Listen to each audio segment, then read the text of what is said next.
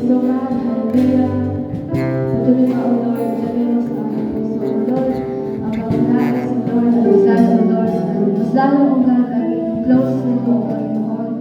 Napatuloy ang puso ito ulit, makapag-abay sa iyo, O Panginoon, at makasama mo doon sa aming buhay, O God, hanggang sa pagbabalik mo, O Panginoon. Kaya, O Lord, maraming salamat, O Panginoon, sa kapagihan, katagalan, sa ating buhay. Salamat, O Lord, ang puri, pagpapay.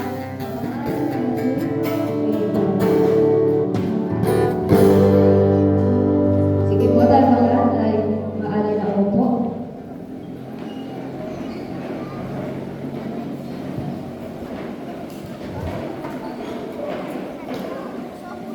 Sige po,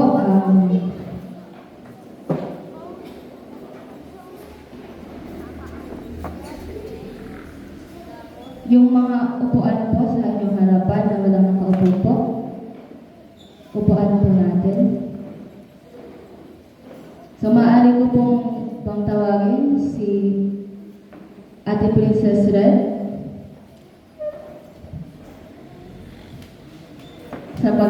para inig tayo sa pagbabasa.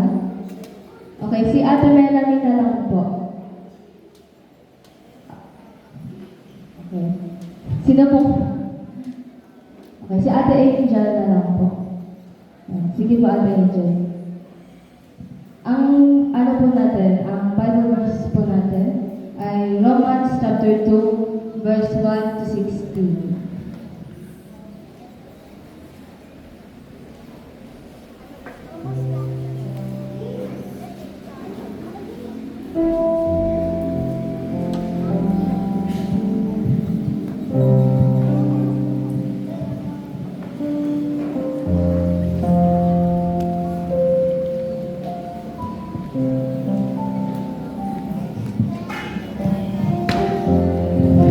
Romans chapter 2, verse 1 to 16. You, therefore, have no excuse, you who pass judgment on someone else. For at whatever point you judge another, you are condemning yourself, because you who pass judgment do the same things. Verse 2. Now you know that God's judgment against those who do such things is based on truth. Verse 3. So when you, a mere human being, pass judgment on them and yet do the same things, do you think you will escape God's judgment? 4. Or do you show contempt for the riches of His kindness, forbearance, and patience, not realizing that God's kindness is intended to lead you to repentance? 5. But because of your stubbornness and your unrepentant heart, you are storing up wrath against yourself for the day of God's wrath, when His righteous judgment will be revealed. 6. God will repay each person according to what they have done. 7. To those who by persistence in doing God seek glory, honor, and immortality, He will give eternal life. Verse 8. But for those who are self-seeking and who reject the truth and follow evil, there will be wrath and anger. Verse 9. There will be trouble and distress for every human being who does evil, first for the Jew, then for the Gentile. Verse 10. But glory, honor, and peace for everyone who does good, first for the Jew, then for the Gentile. Verse 11. For God does not show favoritism. 12. All who sin apart from the law will also perish apart from the law, and all who sin under the law will be judged by the law. Verse 13. For it is not those who hear the law who are righteous in God's sight, but it is those who obey the law who will be declared righteous. Verse 14. Indeed, when Gentiles who do not have the law do by nature things required by the law, they are a law for themselves, even though they do not have the law. Verse 15. They show that the requirements of the law are written on their hearts, their conscience also bearing witness, and their thoughts sometimes accusing them and at other times even defending them. Verse 16. This will take place on the day when God judges people secretly through Jesus Christ, as my gospel witness. Amen.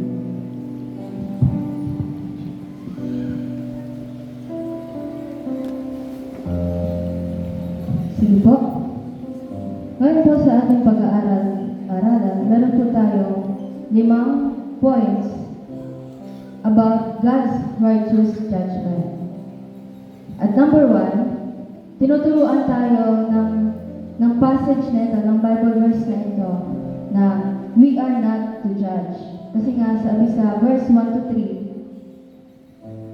kaya nga, sino ka mang humahatol sa iba, wala kang maitadahilan. Sapagkat sa paghatol mo sa iba, hinahatulan mo rin ang iyong sarili, dahil ikaw na humahatol ay gumagawa rin ng ganoon. Katulad din nga ng mababasa rin natin sa Bible, kung ano ang ginamit nating panungkal sa ating kapwa, ay siya rin gagamitin para sukatin tayo. Kung paano natin ine-estimate yung kapwa natin, ganun din ang gagawin sa atin. Kaya kung ginajudge natin yung kapwa natin, ina-judge rin tayo. Nalalaman natin makatarungan ng hatol ng Diyos laban sa mga gumagawa ng mga iyon. Hinahatulan mo ang mga gumagawa ng mga bagay na ginagawa mo rin. Akala mo ba ay makaiwas ka sa hatol ng Diyos? Dahil pinapaalalahanan tayo muli na sa mga panahon na na-offend tayo or hindi natin nagugustuhan yung ginagawa ng iba natin, mga tao na kapaligid sa atin, ay nagkakaroon na tayo ng sa sarili natin na i-judge sila or magbigay ng conclusion about sa kanila. Ganon. Pero hindi natin alam na yung ginagawa nila na ayaw natin ay nagagawa rin pala natin. Kaya ngayon, maging careful tayo sa pagkakaroon ng pag-iisip sa ibang tao dahil lahat naman tayo ay nagkakamali. Sino ba ang nagbigay sa atin ng karapatan para hatulan yung kapwa natin? Meron ba tayong karapatan? Si Lord ang may karapatan na hatulan tayo bilang mga tao. Dahil maging tayo mga tao, maging tayo na nakakakita ng pagkakamali ng iba, ay nagkakamali rin. Kaya, ngayon naman ay sa second point sa pinag-aaralan natin ay we are able to repent, stop sinning, not because we can do it by ourselves, but because of God's kindness. Di ba ilang beses na tayo sinasabihan or aware tayo na sinasabihan tayo ng Bible na we have to repent for the kingdom of God is at hand. Na kailangan natin mag-repent para yung mga kasalanan natin ay malinis, matanggal, at makapag-stop tayo sa pagsisin. Pero paano ba talaga tayo nakakapag-repent? Sabi dito sa verse 4, sabayan po natin, hinahawak mo ang Diyos sapagkat siya'y napakabait, matiisin at mapagpasensya. Hindi mo ba alam na ang kabutihan ng Diyos ang umaakay sa iyo upang magsisi at tumalikod sa kasalanan? Kaya ito natin i-apply ang mga pangyayari sa buhay natin na nakakita tayo ng mga tao na iniwala kay Lord. Kunwari, nagsisimba kaya, naglilingkod kay Lord. Pero may mga circumstances, may mga times na nakikita natin silang iba yung ugali nila, nagkakamali sila, at nasasaktan ka pa nila. Sila mismo na nasa loob ng simbahan ay nasasaktan ka, na o-offend ka. Kasi may ginawa talaga silang masama sa'yo. Pero dito natin, napapairal yung pagkakaroon ng pangunawa sa kapwa natin. Naunawain sila. Dahil kung yung mga tao yan na mismo nasa loob ng simbahan, nahihirapan, may mga times nahihirapan sila mag-repent. Ikaw pa kayang hindi nakakalapit kay Lord. Kaya mo bang gawin yung ginagawa nila? Nararanasan mo ba yung paghihirap ng buhay nila? Ng buhay nila para magkaroon tayo ng thoughts, ng conclusion, mga bad conclusions about sa kanila. At sabihin na, ay sila nga, yun. Para magkakaroon tayo ng gano'n. Sila na mismo nandito sa simbahan, nahihirapan ng gawin yun, ikaw pa kaya, na hindi nakakalapit kay Lord, makayanan mo kaya ang ginagawa nila. Yun. Kaya, nagkakaroon tayo na ganun rin, same rin sa mga tao na sa loob ng simbahan. Wala tayong karapatan na naisipin mas mataas tayo kaysa mga taong nasa labas at gumagawa ng mali. Dahil sila, hindi pa nila nararanasan si Lord. Kaya ang dapat natin gawin, instead na i-judge sila yung dalhin natin papunta kay Lord. Imbis na layuan natin sila, tayo mismo ng simbahan, imbis na layuan natin sila, imbis na anuhin natin sila kung ano mas namang bagay, tayo na mismo yung mag-alaga sa kanila at ipakilala si Lord sa kanila. Yan. Parang alternate. Kasi tayo lahat tayo, nakakilala man o hindi, tao pa rin tayo, at lahat tayo, niligtas tayo ni Lord. Ang pinakaiba lang, may mga taong piniling sumunod kay Lord, piniling makasama si Lord. Yung mga tao, nahihirapan pa tanggapin si Lord sa buhay nila. Maliwanag po? At, paano ba tayo nakakapag-repent? Hindi yan dahil sarili natin kakayanan. Kaya nga, di ba, mahirap mag-repent? Kaya kahit mismo yung mga tao nasa loob ng simbahan at yung mga tao nasa labas, nahihirapan pa rin sila mag-repent. Ang makakapag-help lang sa atin, makapag-repent, ay walang iba kundi yung kindness ni Lord. Every time na nag-fail tayo, at pagkatapos natin mag-fail, pagkatapos natin magkamali, ipapaalala sa atin ni Lord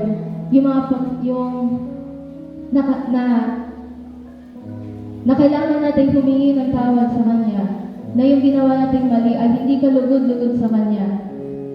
At doon, napapakita yung kabutihan ni Lord na imbis na parusahan tayo, imbis na i-judge tayo, na ikaw kaya, ang dumi-dumi mo kaya, hindi tayo sabihan ng gano'n ni Lord.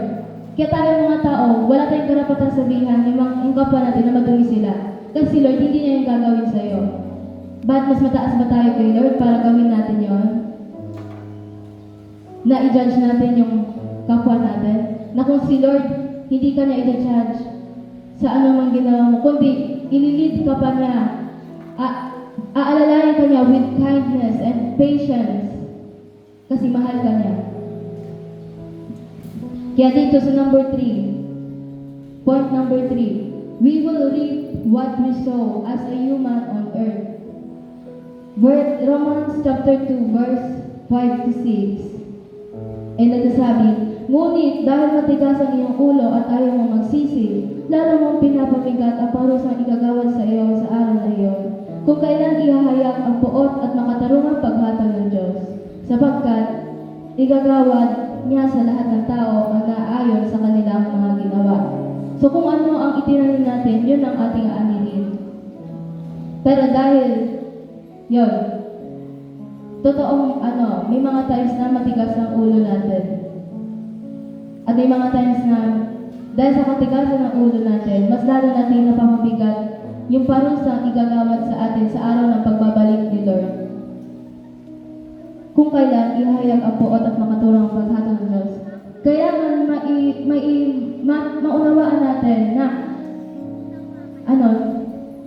no matter how ilang beses kang patawarin ni Lord sa kasalanan na yan, hanggat hindi ka natatanggal sa kasalanan yan, hanggat hindi ka nagsusurrender kay Lord, hindi mo iiwan ang kasalanan yan, hindi mo tatalikuran ang kasalanan na yan, may naghihintay na puot at parusa sa atin pag namatay na tayo at kapag bumalik na si Lord. Diba, mag-pray tayo, nagkasala tayo, pero kung inumagahan, bumabalik tayo doon. Alam ba natin bakit bumabalik tayo doon? Dahil pinakalimutan natin yung kindness na ipinakita sa atin ni Lord nung nagkamali tayo. Dahil nung oras na nagkamali tayo, di ba, makikita natin, ay, nagkamali nga ako, kailangan ko parang natatakot ako kay Lord, dahil nagkamali ako. Nakakarasin. Pero pagkatapos na patawarin tayo, ay nakalimutan na natin yun. Yung pagsisising ginawa natin at balik na tayo sa kung ano tayo. Dahil kinakalimutan natin yung kabutihan ni Lord sa atin. Kaya paano tayo makakapag-repent?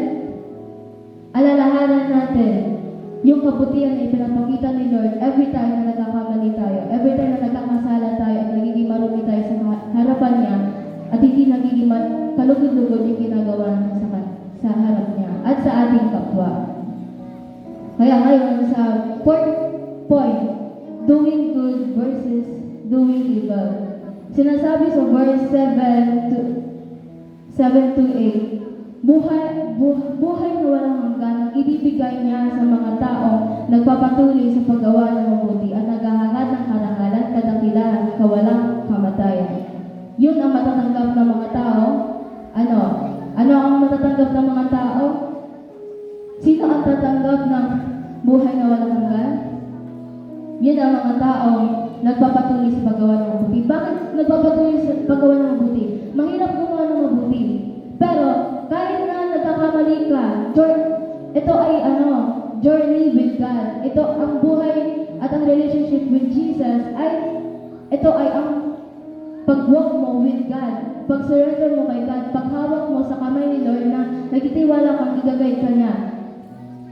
Bakit pagpatuloy sa paggawa ng mabuti? Hindi madaling gumawa ng mabuti. Kaya may times dyan na magkakasala pa rin tayo kahit nasa loob na tayo ng simbahan. Magkakasala pa rin tayo kahit kilala natin si Jesus. Dahil nagkakamali pa rin tayo. Pero every time nagkakamali tayo, natututo tayo at dapat tayong matuto. Dapat tayong matuto, mag-reflect na sa mga pagkakasalang ito, dapat matakot tayo gumawa ng kasalanan. Dahil may naghihintay na poot at kaparusahan sa atin. Kaya, etong tao na to, tayo mga tao, hanggat nagpapatuloy tayong gumawa ng mabuti, kahit nagkakamali tayo, at iniiwan natin yung pagkakamali na yun, at pumapatuloy tayong gumawa ng mabuti, tatanggap tayo ng buhay na walang hanggan. Dahil bakit? Naghahangad tayo ng karangalan, kadakilaan, kawalang kamatayan. At lahat ng yun ay matatanggap lang natin. Lahat ng karangalan, lahat ng kadakilaan, kawalang kamatayan, hindi natin mahanap sarili natin. Mahanap lang natin yun kay Jesus Christ. At ano naman ang matatanggap ng taong pumipili ng masama, gumagawa ng masama, doing evil? Sabi sa verse 8, ngunit matinding galit at poot ang sasapitin ng mga taong makasarili at ayaw sumunod sa katotohanan, kundi sumusunod sa kasamaan. Ano ang matatanggap ng taong naggumagawa ng masama? Matinding galit at poot sa mga taong ayaw sumunod sa katotohanan, kundi sumusunod sa kasamaan. Sabi sa verse 9 to 11, paghihirap at kapighatian ang naranasan ng bawat gumagawa ng masama. Una ang mga Hudyo at gayon din ang mga Hentil. Ngunit kapurihan, karangalan, kapayapaan naman ang tatanungin ng bawat gumagawa ng mabuti. Una ang mga Hudyo at gayon din ang mga Hentil. Dito natin ma-realize na ang Lord ay walang favoritism. Ano yung mga Hudyo at Hentil? Rinerepresent ng mga Hudyo yung mga taong na sumusunod sa kautusan araw-araw ni Lord. At yung mga Hentil, rinerepresent nila yung mga taong makasalanan. Lahat sila hahatulan. Believer ka man o hindi, hahatulan tayo parehas. Batay sa kung ano ang ginawa natin. Kaya, sa point number 5, faith without action is dead. Verse chapter 12 to 13. Ang mga Hentil ay walang kautusan ni Moises. Sila ay nagkakasala at paparusahan ng hindi batay sa kautusan. Ang mga Hudyo ay mayroong kautusan. Sila ay nagkakasala at hatulan batay sa kautusan.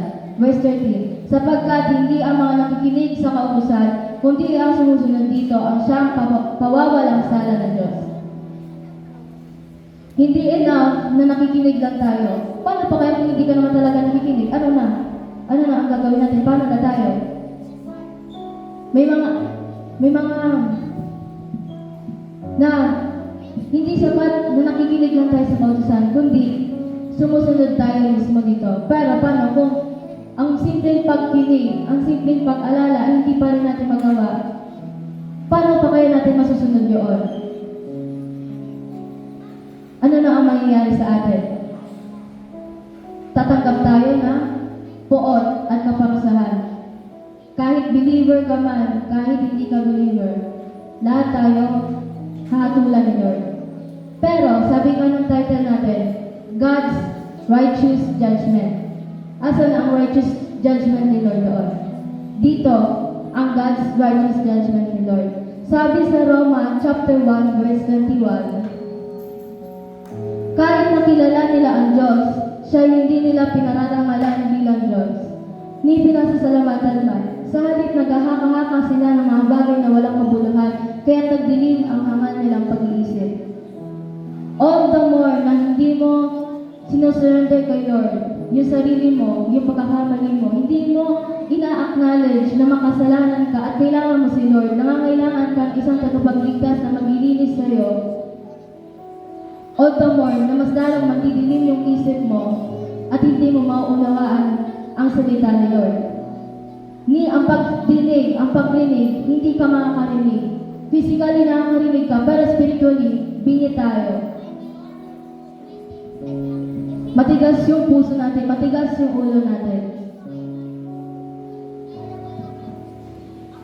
At ang panghuli natin verse, Roma chapter 3 verse 22. Dito natin mahanap ang God's righteous judgment. Ginagawa matuwid ng Diyos ang lahat sa pamamagitan ng kanilang pananampalataya kay Jesucristo. Walang pagkakaiba ang mga tao. Pananampalataya ang magbibigay sa atin ng buhay na walang hanggan. Manampalataya nga lang.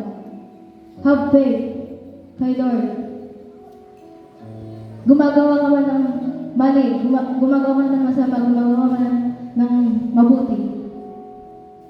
Manampalataya nga kay Lord. Si Lord ang in charge sa buhay mo. Siya ang magbabago sa iyo, hindi ikaw, dahil hindi naman natin kaya. Kailangan mo lang i-surrender kay Lord. Huwag mong isipin hindi mo kaya, dahil kayang-kaya ni Lord na gawin ito sa ating buhay. Nailigtas tayo mula sa puot at kaparusahang matatanggap natin dahil sa ating mga ginawa. Ang tatanggap ng buhay na walang hanggan, ang mga taong nagpapatuloy sa paggawa ng mabuti. Nagpapatuloy na pukuyin ng mabuti na kahit nagkakamali tayo, na kahit nag-fail tayo, kahit nadadapa tayo sa ating paglalakad kasama si Lord. Still, piliin natin bumalik kay Lord. Bumalik na gumawa sa paggawa ng mabuti at matuto na sa ating mga ginagawang pagkakasala. Dahil ang nasasaktan, hindi tayo, kundi si Lord. Nasasaktan si Lord na makita tayo na pumunta sa impyerno. Nasasaktan si Lord na hindi mo siya pinili. Pinili mo yung sarili mo, pinili mo pakasaya at piliin ang pagsunod sa sarili, kaya ka napunta doon. Na ang gusto naman talaga sa iyo, ang plano sa iyo, Lord, makasama siya habang buhay. Tumanggap ka ng kapayapaan at kapahingahan sa Kanya. Kaya tayo pong lahat ay pumikit at manalangin. Iyuko po natin ang ating mga ulo. Manalangin tayo kay Lord. Humingi tayo ng kapatawaran sa ating mga kasalanan na gawa. Magpakumbaba tayo sa Kanya. At pinakamalaga, magpatulong tayo kay Lord. Na baguhin tayo. Na matuto tayong sumunod sa Kanya at mag-surrender sa Kanya. Step by step, paunti-unti. Yes, O God, hallelujah. Pinapasalamatan ka namin, O Lord, muli sa iyong habag at biyaya sa aming buhay, Lord. Salamat, O Panginoon, sa buhay na walang hanggan, na patuloy mo, O Lord, na inilalaan para sa amin, O Panginoon. Maraming salamat, O Panginoon, sa iyong mga salita. Kaya, O Panginoon, buksan mo ang isipan at aming puso, O Lord, ang bawat tahanan, O Panginoon, sa iyong bawat dugo, O Panginoon. Mabalot, O Panginoon, at patuloy, O Lord, kami, O Lord, ay makakilala, maranasan ka ng totoo, O Panginoon. At patuloy, O God, matuto kami, O Panginoon, sa anuman, O Lord, mga nagawa ng pagkakamali. Patuloy, O Lord, ang repentance na nagmumula sa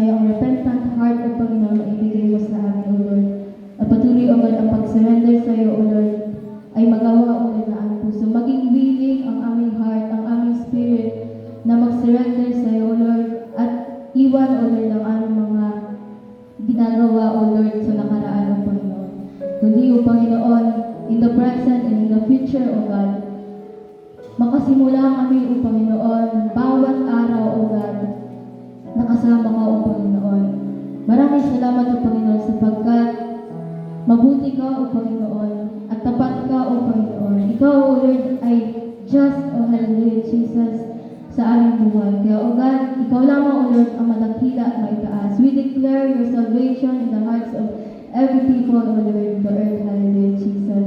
Kaya, O God, maraming salamat, O Panginoon, sa iyong kaputihan, O God. Ikaw lamang, O Lord, ang maitaas at maluwalhati at maghari, O Panginoon, sa buhay na bawat isa, O Panginoon, nilikha mo, O Panginoon. Sa pangalan ni Jesus, Amen.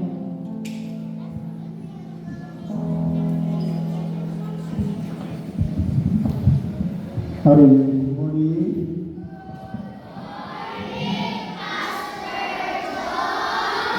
굿모닝 프라이데이 굿 프라이데이 your morning devotion your mind beautiful listen to you beautiful really good manners your body good manners supporting help us. 불안과 나오 참소망 불안과 Trinity God Spirit 참소망 in the morning devotion calm down.